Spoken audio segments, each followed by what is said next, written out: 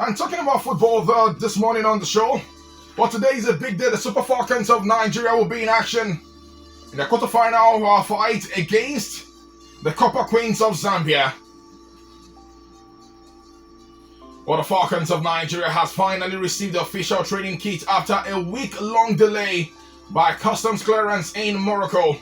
The kit, provided by global sportswear manufacturer Nike, were delivered to the team's base at the Ibis Casablanca Hotel yesterday evening. Since the start of the tournament, the 9-time African champions have been forced to train in outdated match day jerseys, prompting widespread reaction from fans and stakeholders in the country. Well, the Nigerian Football Federation, the NFF, had earlier clarified that the delay stemmed from the logistical complications at Moroccan custom. And NFF President Ibrahim Musa Gusau addressed the situation earlier this week in Casablanca, explaining that efforts were made at all levels to expedite the release of the kit, which had been held up to all through no fault of the Federation.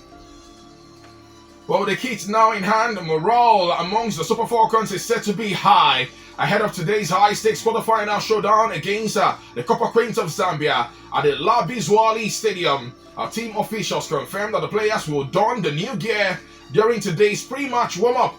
The match promises to be a fiery encounter, with Zambia confident in their chances and Nigeria eager to assert their dominance in the competition. They have won more than any other team in the continent of Africa.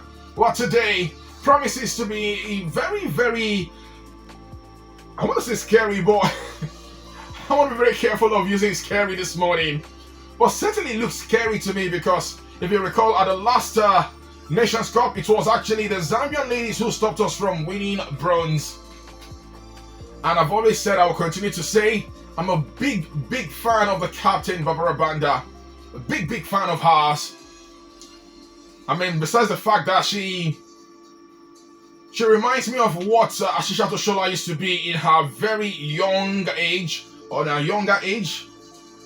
She's a leader of the team, and the fact that the team also pushes her and she pushes the team is so entertaining to see.